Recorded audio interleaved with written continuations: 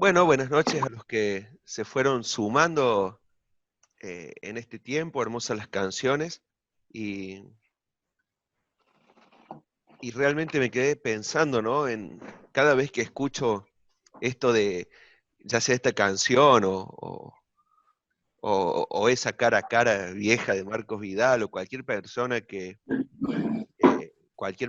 menciona, o cualquier canción, o cualquier texto, el momento en que uno se enfrente a Cristo y que uno le vea cara a cara y uno pueda postrarse a sus pies, como cantábamos recién, eh, qué lindo que va a ser aquel momento, ¿no? En el que podamos disfrutar el gozo y la paz como nunca la disfrutamos, como nunca la sentimos. Pero hoy también está esa posibilidad, no tan suprema como será en aquel momento, pero hoy, estando a los pies de nuestro Señor, podemos disfrutar del gozo y la paz, y creo que es una invitación constante a todos, y más en tiempos de dificultad, es cuando uno más lo busca a Él, y si hoy estamos nosotros reunidos, es porque necesitamos tenerlo a Él, estar cerca de Él y sentir su paz, ¿no? Espero que cuando estemos bien, sin preocupaciones de virus, sin preocupaciones económicas, sin preocupaciones de ningún tipo, sigamos a sus pies, ¿sí? Dicen Amén. que el tiempo en el que más cristianos se acercaban al Señor, a la iglesia, eran en tiempos de persecución. Cuando uno más ora es en tiempo de enfermedad, en tiempo de sufrimiento, en tiempo de problemas. ¿Por qué esperar a eso? ¿Por qué estar eh, esperando para acercarnos a Dios en los momentos de dificultad y no en todo momento? Ojalá hoy estemos atravesando el mejor momento de nuestras vidas y que el primero que lo sepa sea nuestro Señor. Eh, Vamos al tema de hoy, sigamos estudiando, recorriendo, caminando a través de las historias bíblicas, a través de la Biblia. Es muy importante sentar las bases de nuestra fe. Es muy importante estar seguros en qué creemos para no titubear. Vieron que dice la palabra que muchos por ahí son llevados por cualquier viento de enseñanza, viento de doctrina. eh, ¿Y eso por qué tambalea por ahí lo que uno cree? Y justamente porque el fundamento de uno no es seguro. Eh, Como menciona, ¿no? La palabra de Dios sobre la casa que es edificada en la arena, en un fundamento blando, y lo compara con la casa que es edificada en la roca. Ojalá nuestra fe y lo que nosotros creemos esté sobre la roca. Por eso es muy importante siempre volver al principio, volver a la base, a lo básico. Eh, que uno dice, no, pero eso lo vengo viendo desde la escuela dominical, Adán y Eva, Caín, Abel, Moisés, eh, Noé, Jonás, qué sé yo, todas son historias de escuela dominical, pero es el fundamento de nuestra fe, porque cuando uno aprende sobre Jonás, uno sabe lo que produce la desobediencia, y que siempre Dios, y la bendición que trae el obedecer a Dios. Cuando uno estudia Noé, uno ve que siempre, a pesar de lo que pase alrededor, Dios protege a los suyos, y así, cada historia fortalece nuestra fe. Cada enseñanza nos lleva a acercarnos siempre a Dios. Entonces siempre es importante no menospreciar la palabra de Dios y sus enseñanzas. Por más que las hayamos escuchado 10.000 veces, bueno, escucharlas 10.001, 10.002. Iba a decir 11.000, no sé por qué. Bueno, vamos a la pregunta de hoy. A la primera pregunta de hoy. Es esta. ¿Tenemos que creer en Dios a ciegas? ¿Qué piensan ustedes? Quiero escucharlos. Escuchémonos. ¿Tenemos que creer en Dios a ciegas?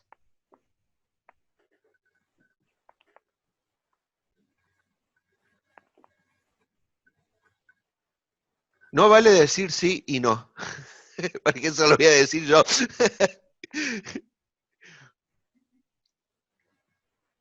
Debemos creer por fe. Creer por fe.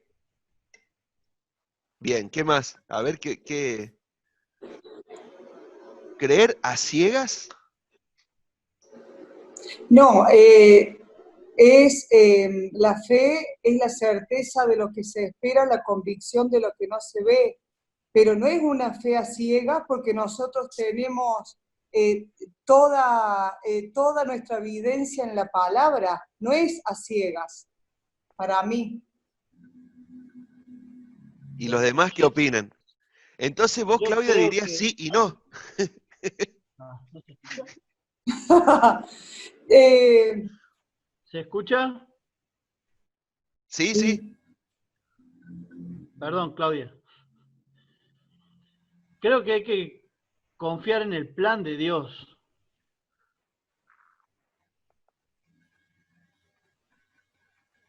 Me parece. Un cristiano cree a ciegas. Confía en el plan de Dios.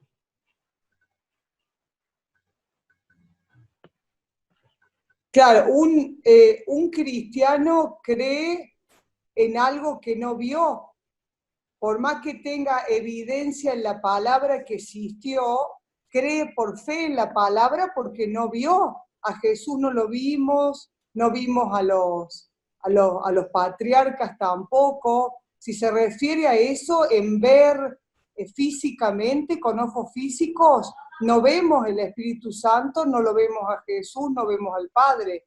Lo que sí tenemos la fe ciega en todo lo que él dejó impreso aquí en la Biblia. No sé a qué se referirá. Es una pregunta muy amplia, Andrés, ¿eh? Tenés que ser más específico, hermano. Bueno, está bueno para que dé para el debate, nos hace pensar. Es lo importante, las preguntas abiertas y las respuestas abiertas también. Tenemos dos opciones. Hay un texto conocido del Nuevo Testamento, dice que por fe andamos y no por vista. De todas formas, Dios se ha encargado de darnos distintas revelaciones a través de los siglos. Es decir, Él se ha revelado. Hoy tenemos la revelación de las Escrituras, pero antes, cuando no había Escrituras, Dios se revelaba de muchas formas. Incluso al principio se reveló a través de una creación, como dice el apóstol Pablo, las cosas que Dios se le ha dado a conocer a través de las cosas hechas. Dios se ha venido revelando, después se fue revelando a través de los profetas, es decir, distintos tipos de revelación en la cual ha invitado, lógicamente, a la humanidad a creer, a confiar en Dios. Pero Dios ha, digamos, salvado, esa tendencia a la incredulidad del ser humano. Esa tendencia Dios la ha ido, de alguna forma, remediando a través de esas revelaciones, es lo que digo yo. Bien.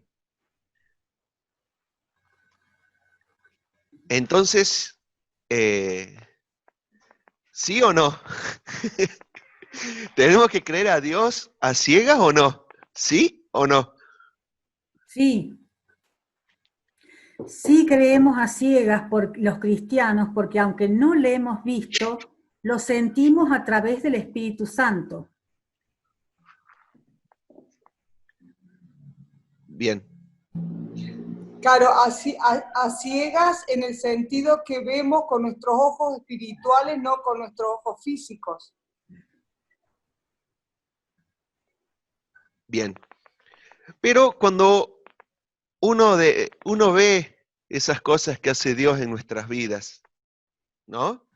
Cuando uno ve, no sé, el milagro de la vida, o el abrir día a día los ojos, o cuando Dios responde esa oración que le entregamos a Él, o cuando Dios nos dio paz en medio de la tribulación, o cuando vemos a nuestro alrededor todo lo que ocurre, entonces ya no es que creemos sin ver, sino que creemos porque vemos, ¿no? Lo que mencionaba Chelo en un principio, ¿no? De cuando uno ve los milagros que ocurren también en nuestras vidas, entonces ya también vemos. Vamos de nuevo a la pregunta, ¿tenemos que creer en Dios a ciega? Y yo creo que en lo que dice tenemos, no tenemos, podemos, ¿no? Podemos creerle a ciegas a Dios, pero también tenemos la posibilidad de no creer a ciegas, porque la Biblia tiene el suficiente fundamento científico como para convencer a los más duros en cuanto a fe. Entonces hay algunos que van a creer por fe y hay otros que van a creer al ver, como Tomás, el versículo que puse ahí, Juan 20:29, ¿no? Por eso el Señor dice, porque me has visto, Tomás, creíste, pero bienaventurados los que no vieron y creyeron. O sea, los que creen viendo van a ser bendecidos, pero van a ser doblemente bendecidos los que tienen la fe ciega, ¿no? Tenemos las dos posibilidades. Tenemos que creer en Dios a ciegas, y yo diría que con la palabra tenemos, la cambiaría por podemos. Ahí sí le pondría como que podemos creerle a Dios a ciegas, y sí, podemos.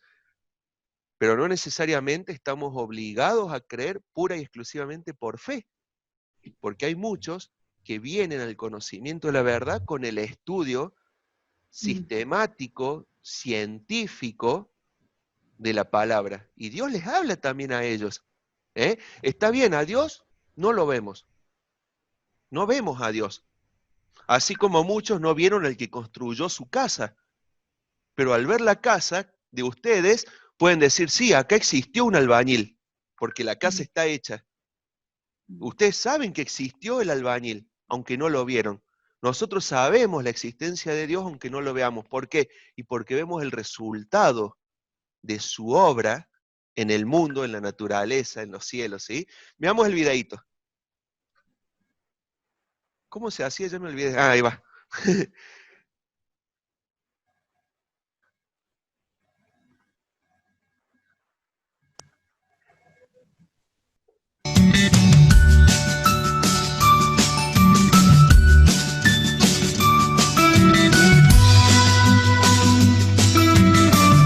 No nada más le importamos a Dios, sino que Él está en control de todos los eventos que llevan a la redención.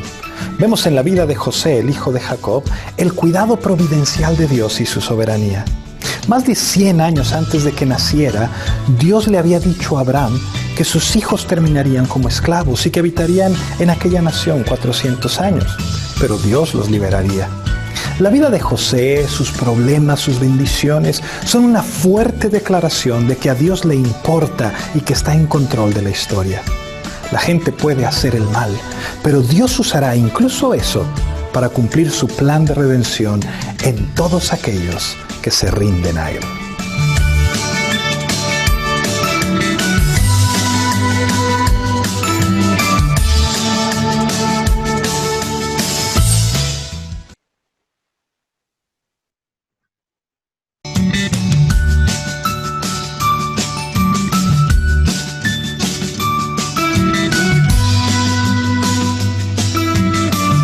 Dios nunca nos ha pedido que creamos en Él a ciegas. De hecho, una de las razones por las que levantó a Moisés fue para liberar a su pueblo de la esclavitud, pero también con el propósito de enseñarles al mundo entero quién es Dios. Al traer las plagas sobre Egipto, Dios demostró que Él es el Dios verdadero, derrotando a todos los dioses egipcios y manifestando su grandeza a las naciones.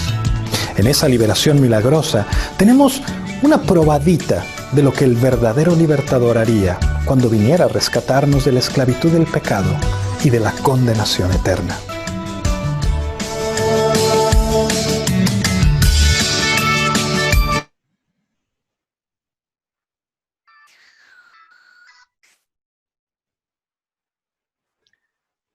Creo que queda muy claro que no necesariamente el creer en Dios es por fe.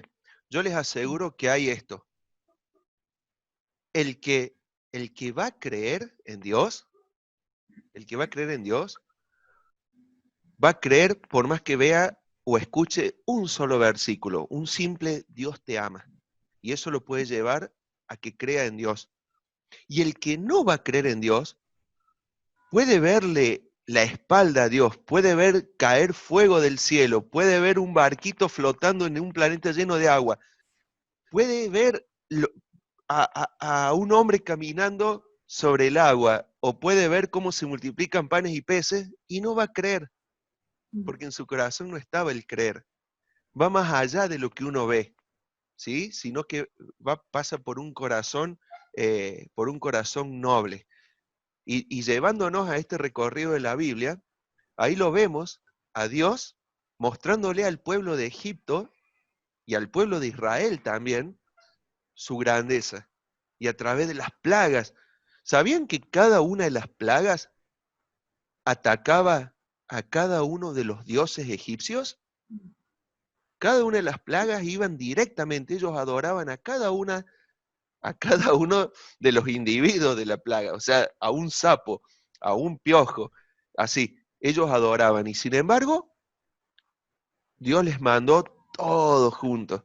Y ahí se dieron cuenta, sus dioses, entre comillas, ¿no? Y en minúscula, no pudieron salvarlos ni defenderlos. Y ahí estaba la protección de Dios también. Ahora, 9 plagas. El pueblo de Dios no tuvo que hacer nada. Ellos estaban allá en su tierra, bien guardaditos, bien en sus hogares, bien protegidos. Y los egipcios eran atacados por cada una de las plagas. 9 plagas trató Dios con el pueblo de egipcio directamente. Pero la última plaga fue requerida de que el pueblo de Israel haga algo, que era pintar los marcos de la puerta, ¿no? El dintel, los postes, todo, con la sangre del cordero, el cordero pascual. Entonces, ahí era requerido. Entonces no era solamente ser un espectador, sino ya pasaban a formar parte de esta obra, ¿no? Ser actores directos en cuanto a lo que tenían que hacer. Nosotros también, hay momentos que estamos observando lo que Dios hace, pero hay momentos que debemos arremangarnos y hacer nosotros también. Nosotros podemos estar pidiéndole, Señor, por favor, que tal persona conozca a Cristo. No sé, mi hermano, mi hermana, mi esposo, mi esposa, mi tío, mi abuelo, mi vecina, quien sea. Yo puedo estar orando para que conozca, pero hay un momento que Dios me dice, bueno, ahora te toca a vos ir, hablarle, predicarle, contarle. Hay momentos que requieren nuestra acción. Entonces, analizando esto, acompáñenme con la lectura de la Biblia. Estaba el pueblo de Israel esclavo, recordemos eso, ¿no? Y vino el Señor y los liberó. Y no fue una simple liberación, porque no los dejaba ir, era uno de los ejércitos más grandes que existían en esos tiempos, más avanzado tecnológicamente también, que tenían sus carros, estamos hablando de hace miles de años, y sin embargo tenían sus carros, tenían sus armas, tenían sus planos, sus mapas, tenían muy avanzado.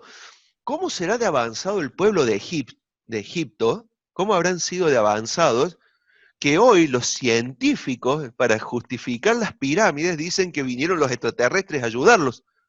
Porque no se explican cómo pudieron construir esas maravillas que después de 4000 años siguen en pie. Miren si eran avanzados, ¿no? En cuanto a la astronomía, en cuanto a las matemáticas, en cuanto a todas las ciencias. Y sin embargo el pueblo de Israel en su humildad logró escapar de ellos, pero no solos, con la ayuda de Dios, ¿no? ¿Por qué? Porque Dios es el único que puede liberarnos, que pudo liberarlos a ellos y que nos puede liberar a nosotros. Uno dice, ¿cómo salir de esta adicción? ¿Cómo salir de este problema?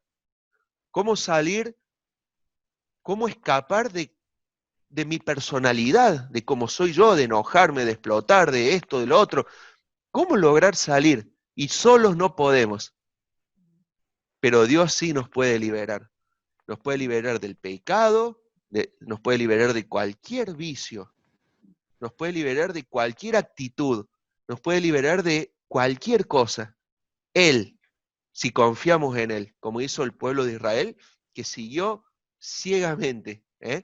Segunda Pedro 2:19. ¿Quién lo lee, por favor? Y otro que lea Gálatas 5:1. Dos versículos muy conocidos que nos hablan de justamente esta promesa de liberarnos. ¿Alguien tiene segunda Pedro? El primero que lo tenga, que sea el que lo lea, por favor. Abra el micrófono. Leo, Bueno, les prometen libertad cuando ellos mismos son esclavos de la corrupción, ya que cada uno es esclavo de aquello que lo ha dominado. Esta versión en la NBI. sí, No pero sé si querés que lo lea en la Reina Valera. no, se entiende perfecto. Entonces cada uno es esclavo, ¿sí? Es esclavo de aquello que no podemos vencer. Algunos son esclavos, como decíamos, de las adicciones, pero otros de su propio temperamento. Y otros son esclavos de sus deseos, sus pasiones, del querer conseguir más dinero. El querer tener dinero nos esclaviza. El querer tener posesiones nos esclaviza. El querer tener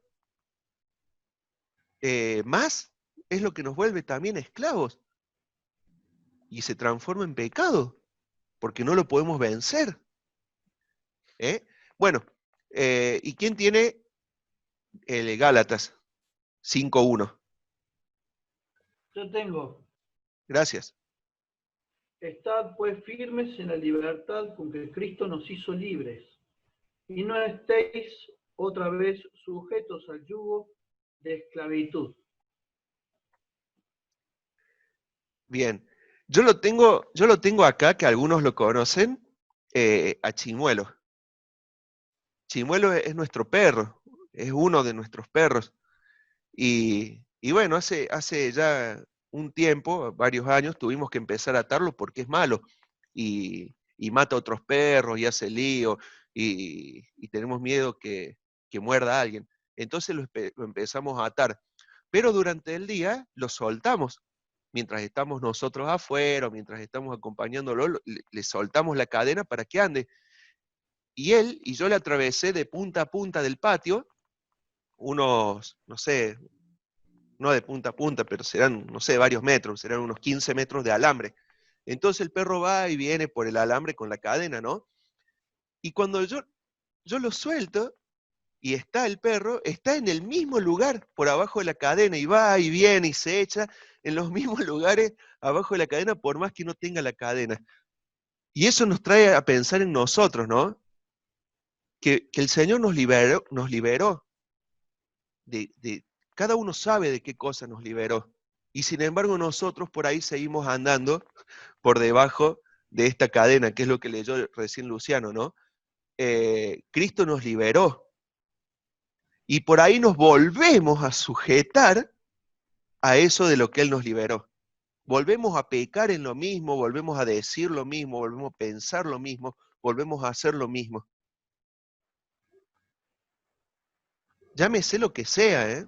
Hay algunos que están esclavos del sacar el cuero y de hablar mal de las personas. Y por más que intenten, siguen hablando mal de las personas y después se arrepienten y siguen. ¿Estamos hablando de una adicción o de hablar mal de una persona? Es todo pecado. Todo lo que va en contra de la voluntad de Dios es pecado. Ahí hay algo que nunca tomamos muchas veces como una esclavitud y es la incredulidad. Cuando Pablo le habla a los Gálatas, le dice: Gálatas insensato, habiendo empezado por el espíritu, terminaron por la carne, ¿no? Y creo que la incredulidad te lleva a ser esclavo de alguna forma a viejos hábitos que aparentemente habías dejado cuando conociste al Señor, y es como que uno vuelve a retroceder en cierta manera, y creo que también está ligado a la idolatría, porque vos decís, la idolatría no es solamente adorar a otros dioses, es adorar todo lo que ocupa el lugar de Dios, o sea, tu familia, tus hijos, tu trabajo, tu esposa. No estamos hablando de cosas materiales, de dejar de poner en primer lugar a Dios. Esa es una esclavitud sutil que muchas veces nosotros no la manifestamos como una especie de esclavitud. ¿Por qué? Porque creemos que muchas veces es algo, ¿cómo puedo decir? Algo que no es malo. O sea, y en realidad sí, lo es, porque desplazamos de nuestra vida a Dios, dándole lugar a otras cosas. Muchas veces caemos en los mismos pecados que aparentemente habíamos dejado, creyendo que lo habíamos superado o no, y los pecados siempre vamos a estar luchando hasta que nos muramos con ese pecado. Lo que nos hace fuerte ante el pecado es estar cerca de la presencia de Dios y cerca de su palabra. Entonces, la incredulidad es es lo que sucedió en el Edén, ¿no? Sin lugar a dudas. Nosotros queremos volver de vuelta a tomar el control de nuestras vidas, siendo que en algún momento se le hemos cedido a Dios por voluntad propia y le hemos entregado nuestro corazón a Cristo. Creo que muchas veces no se habla de esta especie de esclavitud y que está, todos los días luchamos con estas cosas, ¿no? A diario. Creo que es importante pensar que no solamente son cosas que son lícitas, por decirlo así, sino son cosas, porque Dios nos manda a amar a la familia, a amar a nuestros hijos, nuestras esposas, a ser buenos trabajadores, pero también hay un equilibrio en estas cosas a la hora de poner en la balanza todo esto y que sea Dios el centro de nuestro corazón, que esté el Señor siempre en el centro de nuestras vidas. Y cuando hay incredulidad en el corazón, eso sucede, Dios o el Señor queda desplazado, ¿m? Y nosotros volvemos a tomar el control. Y mira, Chelo, vos fíjate, el pueblo de Israel en Egipto aprendió lo que era la idolatría, o sea, el culto organizado, ¿no? La idolatría tristemente estuvo siempre, pero ahí lo aprendió. ¿Y cuándo logró sacarse la idolatría de encima? Nunca. Nunca lograron erradicarla. Mirá que vinieron reyes que encontraban la palabra en la palabra, mira, y reformaban y volteaban los lugares altos, los lugares de sacrificio, los ídolos, los altares, y venía otro y los volvía a levantar. Y en los tiempos de Cristo uno ve que seguía, y en la Edad Media y el día de hoy, la mayoría de las religiones tienen un culto idolátrico, inclusive las evangélicas, inclusive las evangélicas, dentro de la iglesia están incorporando un culto idolátrico a objetos, a símbolos. Cuidado con la cruz, con el pez, con inclusive el pan y el vino. Recordemos que el pan y el vino son símbolos, pero hay algunos que hasta le rinden culto. No, cuidado que no dejes el pan dado vuelta, que es el cuerpo de Cristo, o no, el pan no se tira porque para un poco, no es el cuerpo de Cristo, es un símbolo, es un símbolo. Estamos siempre rozando ahí la idolatría, hasta en cosas sencillas, como dice el Chelo, ¿no? En nuestra vida diaria. Existen en el mundo, justo estaba viendo eso, existen en el mundo 3.000 religiones oficiales. 3.000 religiones. Y dentro de las evangélicas existen, escuchen bien, 33.000 denominaciones. 33.000 denominaciones. ¿Cuál es la verdadera? Sería la pregunta, ¿no? ¿Cuál es la verdadera? Y no, es la palabra de Dios. Entonces tengamos cuidado.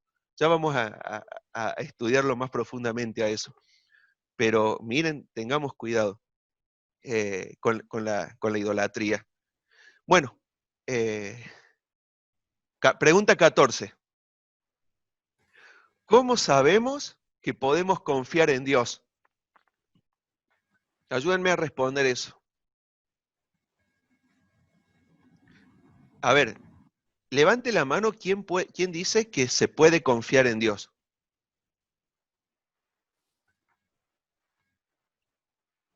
Se puede confiar en Dios. Bien, en eso estamos de acuerdo.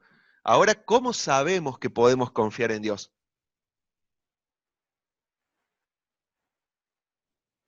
Porque hay evidencia de gente que creyó en Dios y Dios se manifestó. Y también por experiencia propia. Uh-huh. Bien, ¿algo más para agregar? Y siempre caemos en la fe, ¿no es cierto? Que es lo principal, la fe. Ya sea por experiencia o o por fe, ya sea como vimos antes por vista, o por oído, o por haberlo comprobado de alguna manera. Cuando vos hiciste la primera pregunta, Andrés, eso de, ¿cómo era? De estar a ciegas, Sí, ¿cómo era? Se me vino a la cabeza el pasaje ese de Segunda de Reyes capítulo 6, cuando Eliseo estaba con su siervo y estaba sitiado por los sirios. Y dice que Eliseo le dice, no temas porque son más los que están con nosotros que ellos. Y dice que Eliseo oró para que sean abiertos los ojos del siervo y pueda ver. Dice que cuando fueron abiertos los ojos, vio gente de a caballo y de carros de fuego alrededor de Eliseo. Y creo que un poco también lo que nos sucede a nosotros hoy. Hay personas que por la fe pueden ver espiritualmente más allá y tiene que ver con lo que decía antes.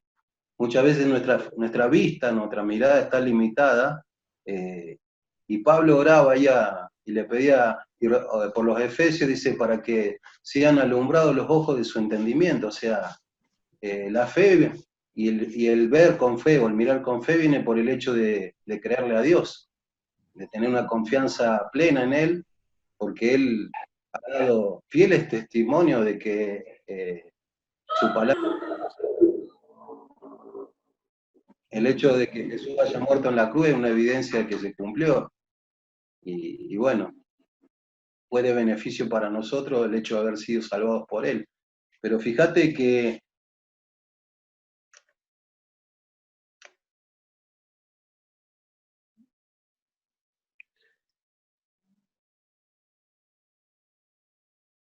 ay, uy, nos quedamos sin internet nosotros. íntima que vos tenés con Dios. No se trata de una competencia de uno con otro. Se trata de mirar las cosas como Dios las ve. Clama a mí, yo te responderé y te haré ver cosas ocultas que nunca viste. Le decía Jeremías ahí 33. Entonces esto creo que la visión que uno puede amplificar tiene que ver con tu comunión con Dios y con creerle a la palabra de Dios. O sea, no se trata acá, como dije, de que vos tenés la vista más aguda que yo, sino de tu intimidad con el Señor.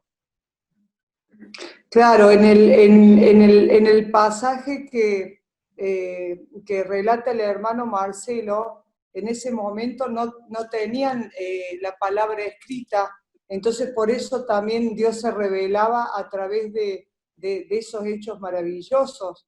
Nosotros, ¿cómo sabemos que podemos confiar en Dios? Porque nosotros tenemos toda una evidencia de todos los hechos que Él realizó y cómo Él nunca desamparó a su pueblo, ni tampoco nos desampara a nosotros, y Él promete que Él va a estar todos los días con nosotros hasta el fin del mundo. O sea, Él nos da, Él firma con su sangre su palabra, y en eso podemos confiar de que Él no nos deja, podemos confiar en Él. Perfecto.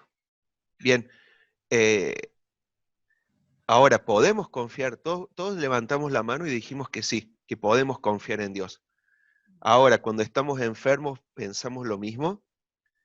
Yo creo que Cuando debemos confiar en Dios. debemos, No es que debemos. tal cual.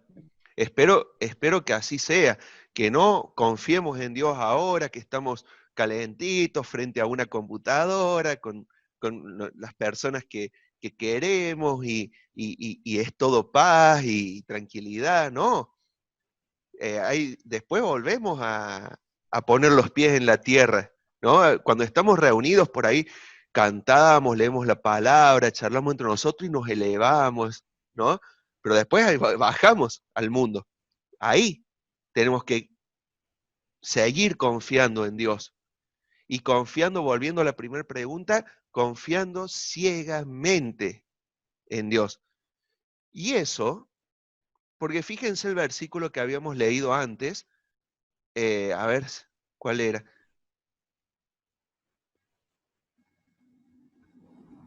Ese Gálatas 5:1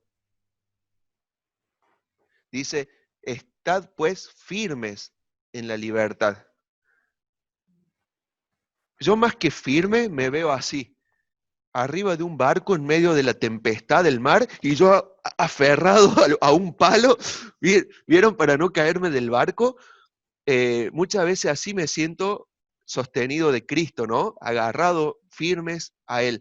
Y la fe y la confianza ciega es como un ejercicio que nosotros tenemos que ir y sostenernos.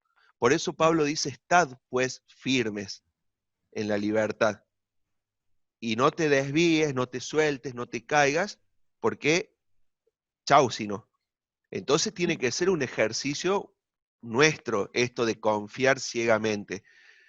Tiene que ser un ejercicio que, como todo ejercicio, en cuanto más lo practiquemos, más fácil va a ser después.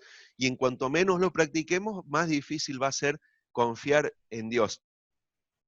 Por eso es importante continuamente, también lo dice la palabra, orad sin cesar, de día y de noche, que estudiemos la palabra, que pensemos en la palabra, que meditemos en ella, que no tengamos por costumbre dejar de congregarnos, porque son todas las cosas que nos van a mantener firmes en nuestra fe. Si no, rápido nos vamos a olvidar. Veamos el video que sigue, que va a responder a esta pregunta: ¿cómo sabemos que podemos confiar en Dios? Y seguimos, recuerden, viendo esto ya en Éxodo, en el libro de Éxodo.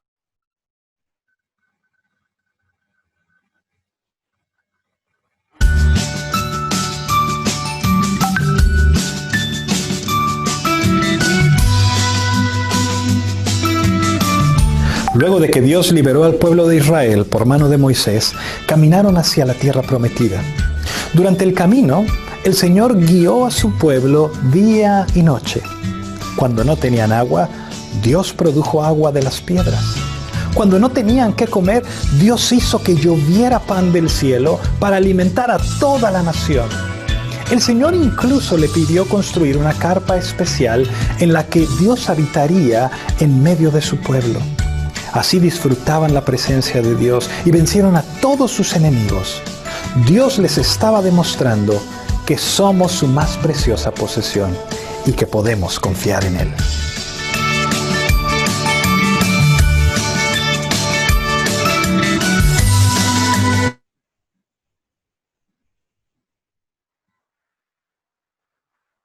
Bien. Claro, el pueblo de Israel vivió en carne propia lo que era tener a Dios, ¿no? Tener a Dios al lado, o por delante, o por encima, como sea. ¿De qué forma? ¿Se acuerdan? Ahí mencionó algunas. ¿De qué formas Dios les hizo ver al pueblo de Israel mientras andaba en el desierto que Él estaba allí? Hagamos una lluvia de ideas, vamos diciendo de qué cosas se van acordando. Díganme una cada uno. Pan que derramó del cielo. Perdón, no escuché eso. El pan que derramó del cielo para alimentar a la nación. Claro. Les dio agua de la roca. Agua de la roca, maná, ¿qué otra cosa? Cuando los guió con fuego, con humo. Con una nube.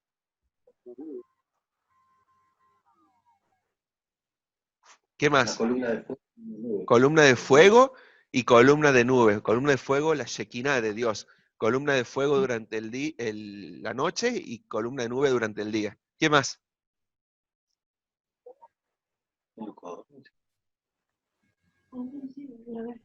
Una vez le dio codornices también. Una vez le dio codornices. Cambió el menú ahí. A la carte fue, ¿no? En escabeche. Escabeches son ricas.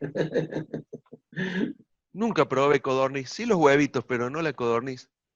Pero como todo bicho que camina debe ser rico. ¿Qué más?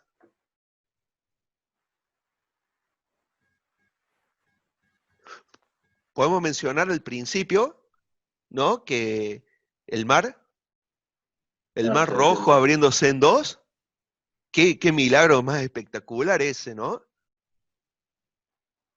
Cuando la tierra se abrió y tragó a la familia de Acán.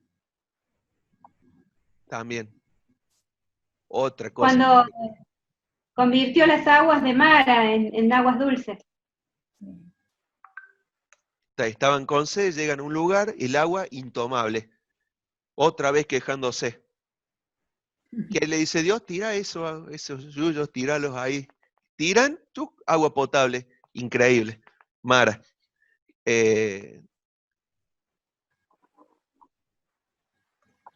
Otra más? cosa es que sus vestidos no envejecieron en su peregrinar por el desierto. No se, ni se Los pies gastaron no las... se le hincharon ni- también, creo que dice. ¿Eh? Creo que dice que los pies no se le hincharon, ¿puede ser también? Sí, El, sí. de los pies no me acuerdo, el calzado sí me acuerdo que dice. Que no se les rompió. Las enfermedades, ¿no? Dios los protegió de enfermedades también.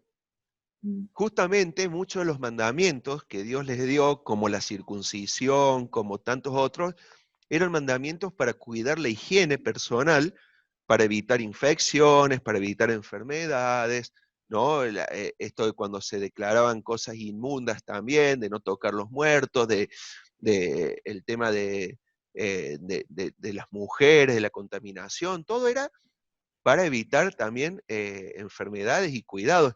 Los animales que podían comer y no comer también, los animales que se descomponían antes que otros, que producían más enfermedades que otros, por eso el cerdo le dijo que no, porque era un animal que, que transmitía enfermedades, que se descompone rápido, y bueno, todo tenía una parte religiosa, pero una parte también científica que hacía de que un por qué era necesario cumplirlo de esa forma. ¿Alguno otro que sumemos a la lista? Entonces, ¿cómo no se van a sentir protegidos si Dios tanto les daba? Tanto les daba. Ahí Sí, en Éxodo capítulo 23, versículo 20, dice que dice, aquí yo envío mi ángel delante de ti para que te guarde en el camino y te introduzca en el lugar que yo he preparado. Porque mi ángel irá delante de ti, te llevará a la tierra del amorreo, del eteo, del fereceo, del cananeo, del heveo y del jebuseo, a los cuales yo haré destruir. Yo envío mi ángel, ángel con mayúscula, está allí. Éxodo 23, 20. tal cual, tal cual. Vayamos a otra, que ahora lo vemos en el próximo video. Monte, tormenta, temblando, estruendos, ¿no? Tablas, dedo de Dios. Otro milagro tremendo. Otra, tabernáculo, carpa, Shekinah, arca, otras cosas tremendas, ¿no? Bueno, todo eso mostraba que podían confiar en Dios. Y todo eso nos muestra a nosotros que nosotros también podemos confiar en Dios. Porque hoy no veremos encima nuestro la Shekinah, la columna de fuego, la gloria misma de Dios, pero sí dentro de nuestros corazones. No veremos los milagros del mar abriéndose en dos, pero veremos al corazón más duro pidiendo perdón por sus pecados. ¿Y qué milagro es más grande? No veremos una ropa que no se, que está siempre sana. No veremos eso. Pero sí vamos a ver a una persona con el último peso de su sueldo, con los últimos pesos de su sueldo, dándole de comer o de vestir a alguien necesitado. Nunca dejaron de existir los milagros. Solamente que cambiaron la forma en que se dan esos milagros. Porque nosotros estamos en el medio como hijos de Dios. Antes Dios directamente tenía que hacerlos. Hoy los hace a través de sus hijos. Por algo tiene herederos. Por algo estamos nosotros, para que a través nuestro también se hagan milagros. Primero en nosotros y después a través de nosotros. Cuando en medio del odio que transmite el mundo haya un cristiano entregando amor, vamos a hacer un milagro y marcar una diferencia. Cuando en medio de la avenida haya insultos, gritos, y un cristiano mandando palabras de bendición, va a haber un milagro en la tierra y marcando una diferencia. A través de nosotros se hacen milagros y se marcan diferencias. Vamos a la siguiente pregunta.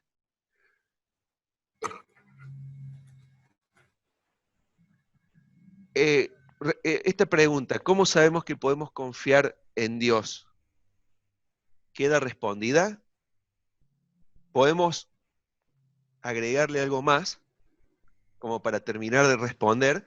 Por favor, si alguien puede leer este pasaje, en lo posible alguien que no haya leído, o de los que no se animen a participar, por ahí sí se animan a leer, Mateo 6, 25 al 29. Pasaje conocido y muchas canciones escritas sobre él, y mucho comentado, y en esos momentos de dolor y angustia, qué lindo que es pensar en esto, ¿no? En esos momentos de necesidad, qué lindo es pensar. ¿Quién se anima a leerlo? Ya te leo. ¿Eli?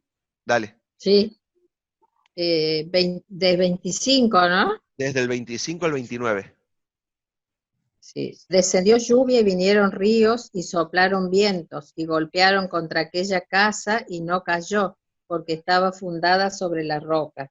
Pero cualquiera que me oye estas palabras y no las hace, le compararé a un hombre insensato. Eli, Mateo 6. Ah, 6. Estaba Mateo, leyendo el 7 yo. 6. 6, 25. 25, el afán y la ansiedad. Ese mismo. Bueno, por tanto os digo, no os afanéis por vuestra vida, qué habéis de comer o qué habéis de beber, ni por vuestro cuerpo, qué habéis de vestir. ¿No es la vida más que el alimento y el cuerpo más que el vestido? Mirad las aves del cielo, que no siembran ni ciegan, ni recogen en graneros, y vuestro Padre Celestial las alimenta. ¿No valéis vosotros mucho más que ellas? ¿Y quién de vosotros podrá, por mucho que se afane, añadir a su estatura un codo? Y por el vestido, ¿por qué os afanáis? Considerad los lirios del campo, cómo crecen, no trabajan ni hilan, pero os digo que ni aun Salomón, con toda su gloria, se vistió así como uno de ellos. Creo que queda clarísimo, ¿no? No debemos preocuparnos y debemos confiar en Dios porque Él está por encima de todo. Si Él alimenta las aves, viste los lirios, hace que el universo siga su curso natural y en un perfecto equilibrio, ¿cómo? Con esa pregunta ahí que hace el final, ¿no? ¿Por qué se preocupan entonces? ¿Cómo no los va a cuidar a ustedes, que son mucho más importantes que cualquier otra cosa, ¿no? ¿No valen ustedes mucho más que ellas? Qué maravilla, ¿no? Qué maravilla que es nuestro Dios. Pregunta siguiente. Y vamos a tener que terminar acá con esta última pregunta. ¿Por qué nos dio Dios todas esas leyes? Nosotros empezamos a leer Éxodo, Levítico, Número, Deuteronomio. ¿Qué lexotanil ni lexotanil? Con eso uno puede dormir de lo más lindo, leyéndolo todo el libro de corrido, ¿no? Pero ¿por qué Dios dio tantas o todas esas leyes?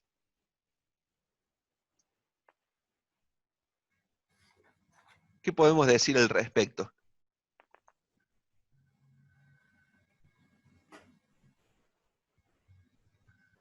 Para conocer el pecado. ¿Qué es pecado? Para que se conozca lo que es el pecado. O sea, la desobediencia de las leyes. Sí. ¿Qué más? Sí, exactamente. O sea, la función que tuvo la ley, aparte de hacer que dentro del pueblo de Dios existiera un orden moral, ¿cierto? Tenía que haber en el pueblo un orden moral, así como en cualquier nación necesita de leyes para que pueda haber orden, y la sociedad puede haber una organización, así también la ley está para eso.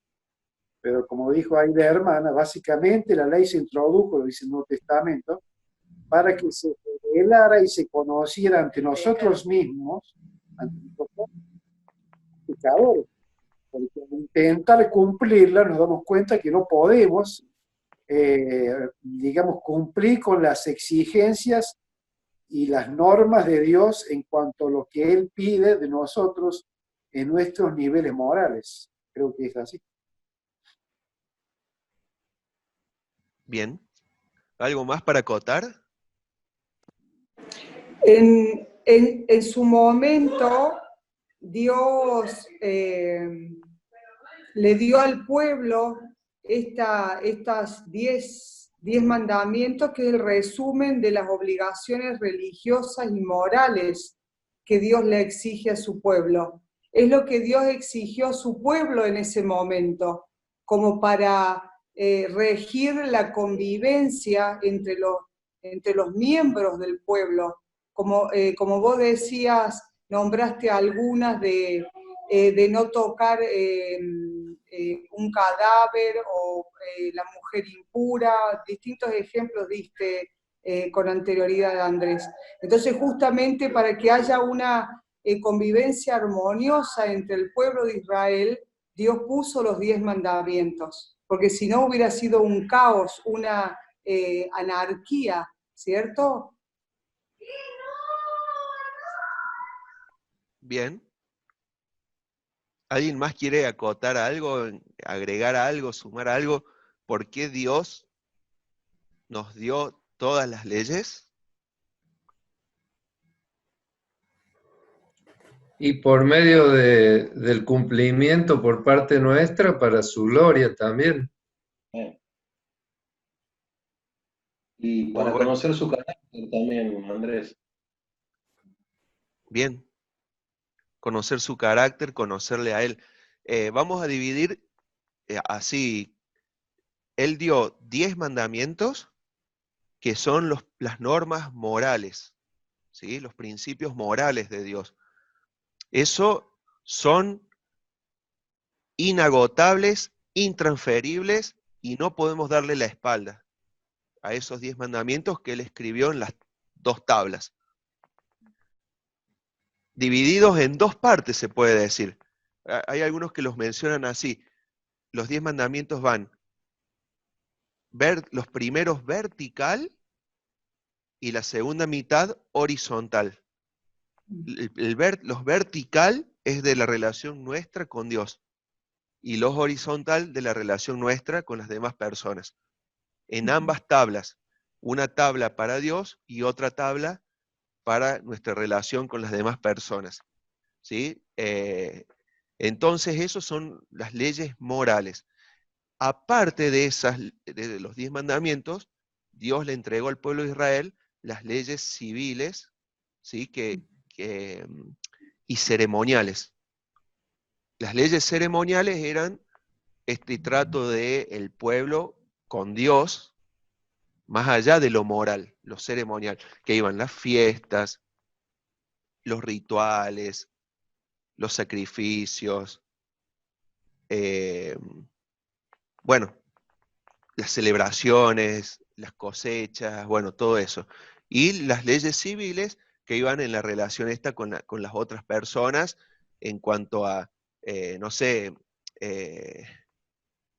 el pariente redentor, que uno ve esas leyes bien puestas en el libro de Ruth, no sé, el jubileo, el tema de lo que se cae a la hora de cosechar que queda en el piso para los que, o alrededor del campo para los que tienen hambre, o bueno, entonces estaban divididas en estas tres partes: leyes morales, leyes civiles y leyes ceremoniales. Entendiéndolo así uno ve mejor. Obviamente las leyes civiles y las leyes ceremoniales cambiaron a través de la historia. Por lo tanto nosotros muchas de esas leyes ya no podemos, no debemos contemplarlas. No sé, hoy si uno toca un muerto, no tiene que esperar una semana, bañarse en el Jordán y hacer una serie de rituales, porque ya esas leyes caducaron. Pero las leyes morales, esas nunca caducan. Y justamente son para mostrarnos lo lejos que estamos de alcanzar la santidad que Dios pretende por nuestra parte. Muchas de las leyes civiles sí se siguen contemplando, eso Muniro tal vez pueda explicarlo mejor, ¿no? Muchas de esas leyes civiles siguen todavía, muchas, otras no, otras nuevas fueron agregadas. Pero bueno, creo que más o menos lo marcamos bien, lo marcaron bien ustedes, por qué son importantes todas las leyes. Veamos el video.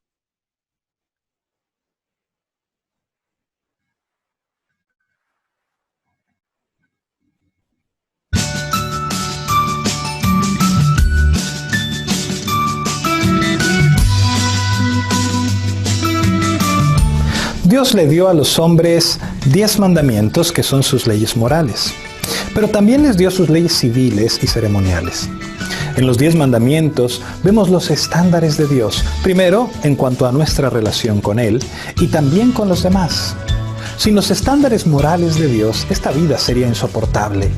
Las leyes ceremoniales enfatizaban la santidad de Dios y cómo debía vivir la gente si la presencia de Dios había de estar entre ellos. Todas estas leyes apuntan hacia la santidad y la perfección de Dios y a nuestra incapacidad de honrarlo. Es por eso que necesitamos su gracia desesperadamente.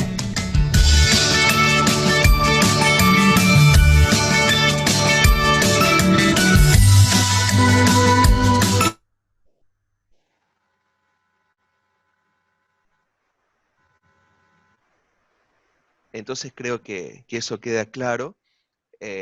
Todas estas leyes ceremoniales. El tema que sigue habla sobre la limpieza de pecado y la importancia del sacrificio y del derramamiento de sangre, pero lo vamos a ver el viernes que viene eso. Hoy vamos a concluir con esto de las leyes.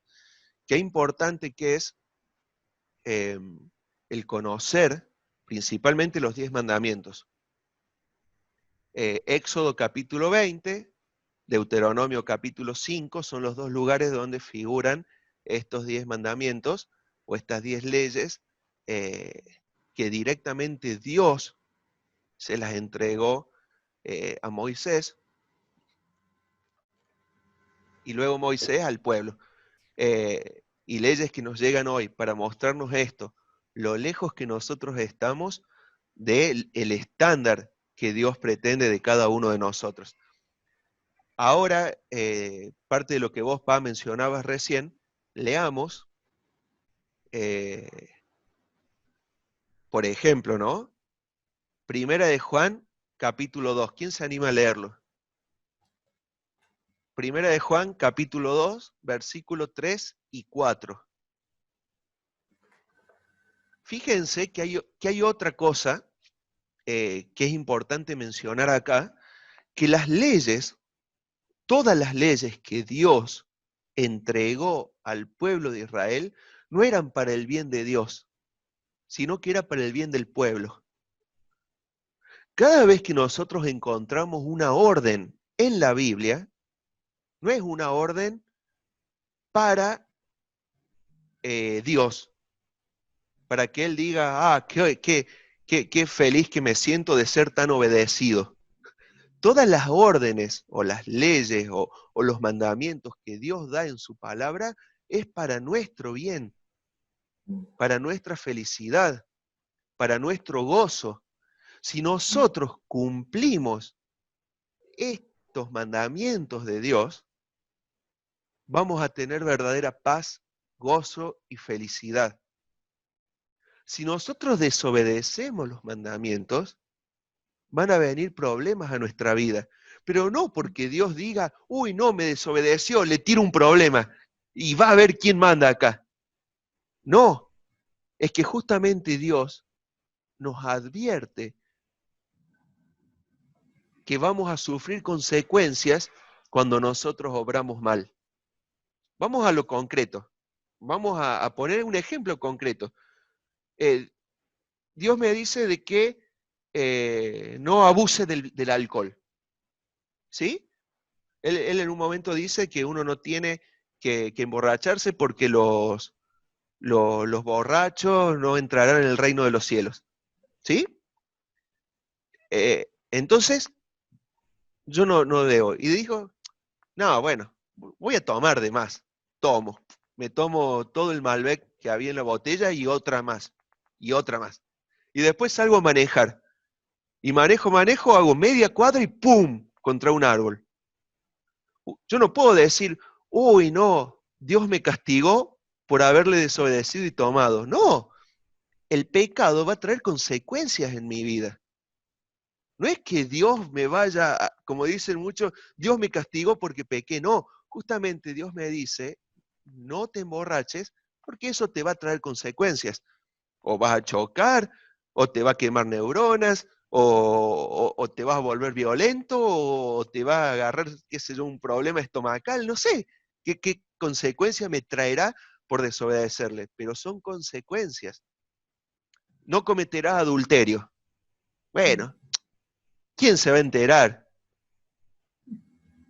Pero puede traer una enfermedad venérea, puede traer un embarazo no deseado, puede herir, destruir una familia, una persona, una vida. Y yo no le puedo echar ahí la culpa o al diablo o un castigo de Dios, no. Una consecuencia de desobedecer un consejo de Dios. Por eso me gusta más llamarle consejos que mandamientos.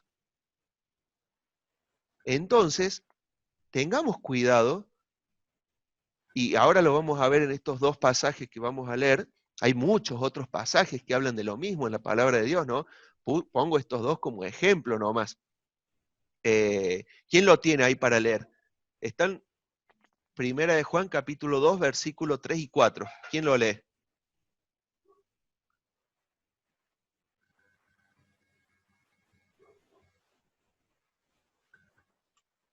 Yo lo tengo. Está linda esta versión. Dale, lee. Él es el sacrificio por el perdón de nuestros pecados, y no solo por los nuestros, sino por los de todo el mundo. ¿Cómo sabemos si hemos llegado a conocer a Dios? Si obedecemos sus mandamientos. ¿Sigo? ¿Hasta cuál es? 2, 3 y 4. El que afirma, lo conozco, pero no obedece sus mandamientos, es un mentiroso y no tiene la verdad. Bien. Es contundente este pasaje. Es muy claro. Primero dice que nosotros somos los que decimos, sí, yo soy cristiano, ¿no? Cuando dice que le conocemos a Cristo, entonces soy cristiano. Pero ¿cómo sé si soy cristiano o no? Es fácil, si guardas sus mandamientos. Es la forma de medir a una persona. ¿Qué tenemos nosotros para medirnos a nosotros mismos? Ver, ¿soy verdadero cristiano o no? Bueno, si yo cumplo los mandamientos de Dios, soy cristiano. Y si no, no. Es mentira que le conozco. Tal vez conozco una religión, tal vez me gusta cómo vive un cristiano y lo imito. Pero si yo no hago sus mandamientos, es lo que hablábamos hoy, si un cristiano mata, tal vez no sea cristiano, ¿no? Porque el cristiano guarda sus mandamientos. Después dice el versículo 4, el que dice yo le conozco y no guarda sus mandamientos es mentiroso. Entonces, si uno dice yo soy cristiano, pero dice malas palabras, saca el cuero, roba, engaña, entonces no es cristiano. Tal vez hizo una oración un día, Señor, me arrepiento por mis pecados, te pido que entre en mi corazón. Tal vez hizo una oración de memoria, pero no hubo una genuina convicción y conversión en su vida. Entonces vive su vida, tal vez hasta es bueno, tal vez hace buenas obras, pero nunca le conoció a Cristo. Y aquel día va a decir, pero Señor, Señor, yo en tu nombre eché fuera demonios, en tu nombre hice milagros, en tu nombre hablé. Y el Señor, ¿qué le va a decir? No, yo no te conozco. Yo no te conozco. Qué buen pasaje para hacernos una revisión. ¿Cómo está nuestra vida? ¿Somos realmente hijos de Dios? ¿Somos realmente cristianos? ¿O si tenemos el título, como la mayoría de los religiosos, el título de cristiano y nada más? Muchos tienen el certificado que diga, que dice, ¿no? Esta persona es cristiano y queda certificado, fecha, hora y chao. Pero el que conoce los corazones y el que pesa los corazones, sabe realmente si uno es o no es. Y qué forma más clara de saberlo es cómo vivimos en base a sus mandamientos. Y 1 Juan 5, que está ahí, también unas hojitas más adelante, 5, 2 y 3. ¿Quién lo lee? Por favor.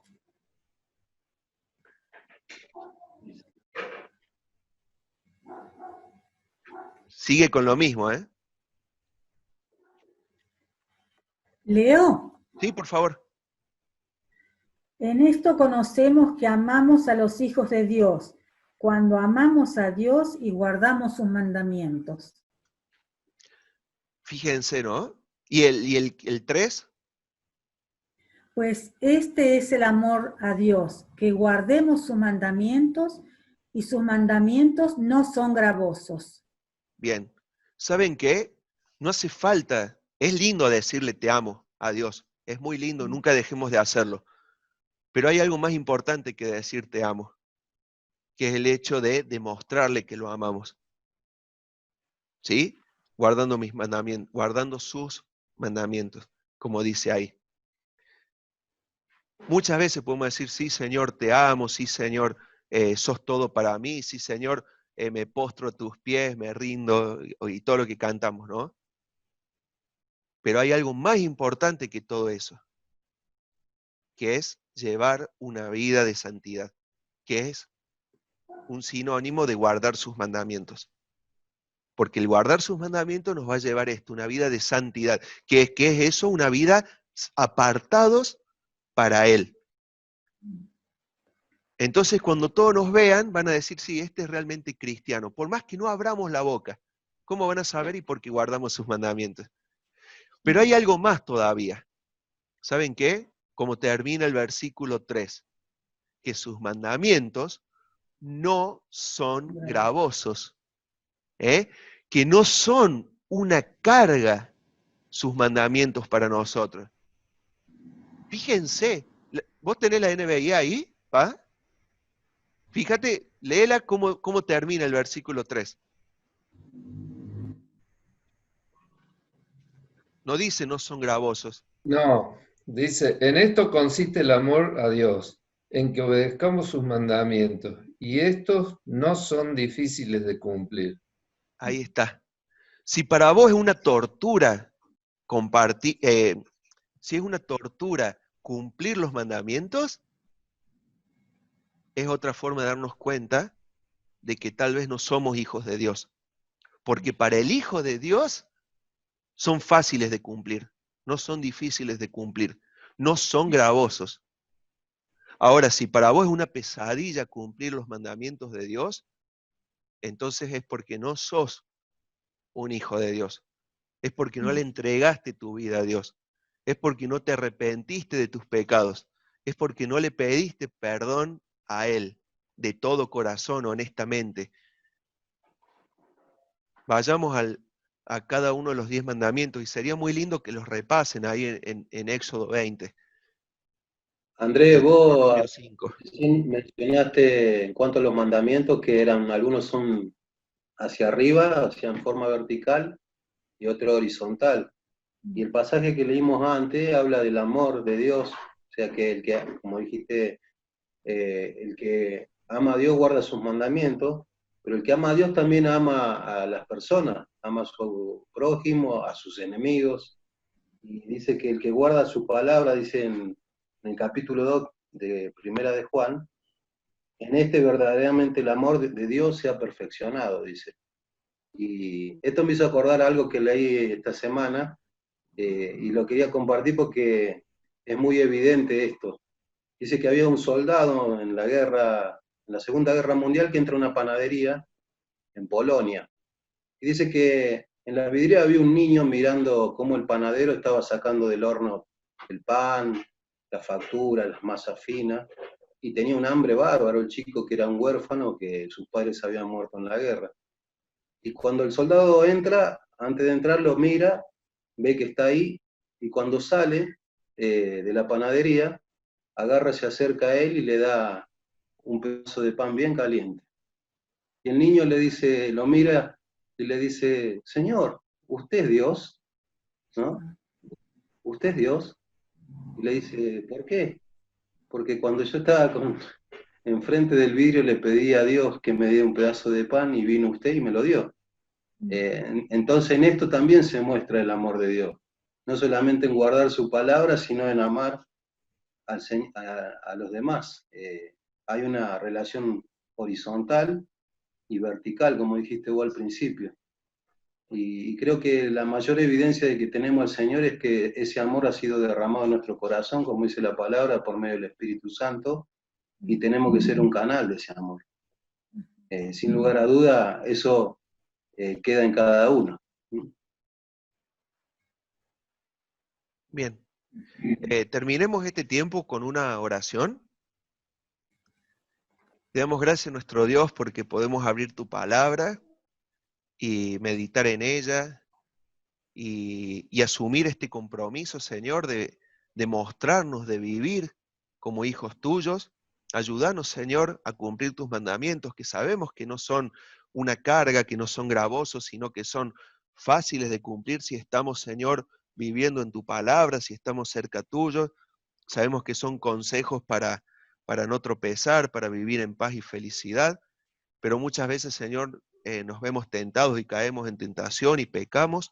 Por eso te pedimos que tu Espíritu Santo nos guíe a obrar correctamente, a vivir una vida conforme a tu voluntad, a vivir una vida de santidad, para agradarte, para servirte, para servir a los demás, para poder, Señor, también ser tus siervos, tus encomendados, para cumplir tus propósitos acá en la tierra, para que a través nuestro, Señor, puedas llegar con amor, con palabra, con cubrir necesidades en las demás personas, Señor. Por eso en tus manos nos entregamos, para que nos sigas moldeando, guardándonos, protegiéndonos y bendiciéndonos. Señor, a cada uno de los que estamos aquí reunidos y los que no pudieron conectarse, también bendícelos a ellos, bendícenos a nosotros, a nuestras familias. Gracias por todo, en el nombre del Señor Jesús. Amén.